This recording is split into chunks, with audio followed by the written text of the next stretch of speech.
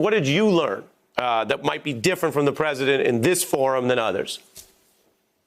What did I learn? I liked what he answered about, as far as, why they don't necessarily cater to black people. He didn't say that in verbatim, but they know black people are their most loyal voting bloc, black women first and black men, but white people simply outnumber black people in a lot of places. So they can't really cater to black people and black issues. That's why I asked him how, would the Democratic strategy differ if there was no electoral college? Because the truth is they want to win elections and they don't think they can win elections catering specifically to a black agenda. So even though it's hard to accept that as a black man, I don't take it personal. I just look at it for what it is, and what it is politics. Yeah, politics. Politics as usual, if you will. Politics as usual, Jay-Z reference, okay. And it was blunt. I emphasize this in telling my viewers because your show has built credibility by just being really blunt. And if we're dealing with racism and racist terrorism and racism in the ballot box and trying to steal elections, why not be blunt? I want to show a little more of this for your analysis on the other side, the conversation with Obama about that measured approach in trying to deal and heal racism.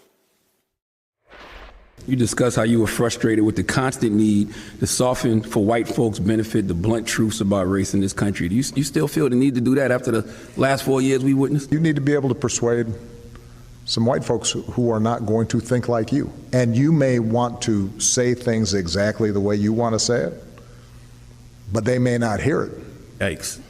The prophetic voice that you have, if you are a civil rights leader, if you're a Malcolm, if you're a Martin, is not going to be the same voice as if you're a politician.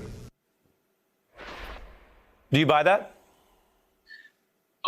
Yeah, I think that's kind of fair. I think it's fair because everybody has a role to play.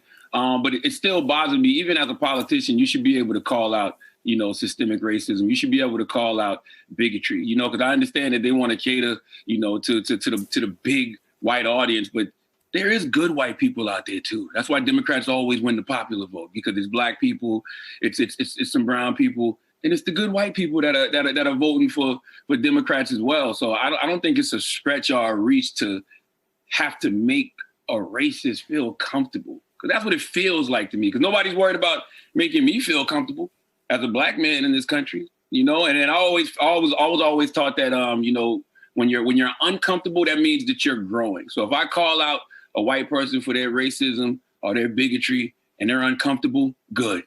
Hopefully they're growing in that moment. Yeah, you're talking about something that's a larger conversation of the fragility of the powerful, or what might be a white ruling class, and saying, wait, how does that predominate over a situation where people are being shot down and killed, unarmed, Absolutely. Not doing anything? Right. How do we bridge Absolutely. that? And that brings us to the other thing you guys raised that's so important. I want to show this with context because, and Obama's written about it, right, in the book that you ask about, this early period of his presidency, first year in office, an incident of incorrect, erroneous policing, where Harvard scholar Henry Louis Gates was arrested in his own home, a black man, in Cambridge. Let's take a look at this exchange. I write about the fact that in a press conference I'm asked about it, and I said, well, I think the police probably acted stupidly. And that was treated with all kinds of controversy. My polling with white voters dropped drastically. I think today that would not have seemed as much of a controversial statement as it was viewed at the time, even though at the time I didn't think it was particularly controversial. He didn't think it was controversial, but fascinating to have him say that what he said made him tank, according to the former president, with, quote, white voters. So let's just briefly look, because we get to do this in the Wayback Machine, what he actually said about the incident. I think it's fair to say, number one, any of us would be pretty angry. Number two, that the Cambridge police acted stupidly in arresting somebody when there was already proof that they were in their own home.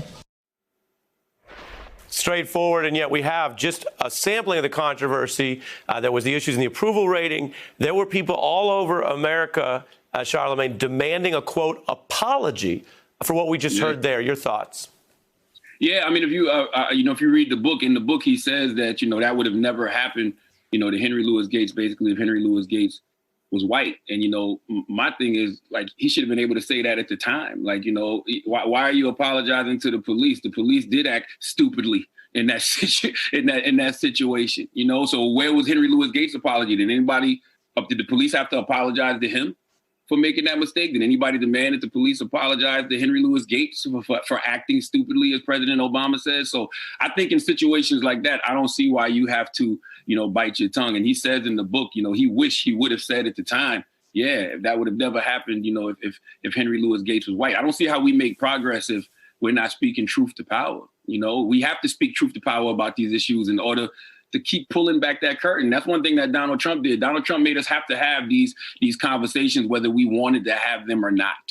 He made us have these uncomfortable conversations, about race in this country. And I think President Obama could have did that then. Hey, I'm Ari Melber from MSNBC. You can see more of our videos right here, or better yet, subscribe to our YouTube channel below.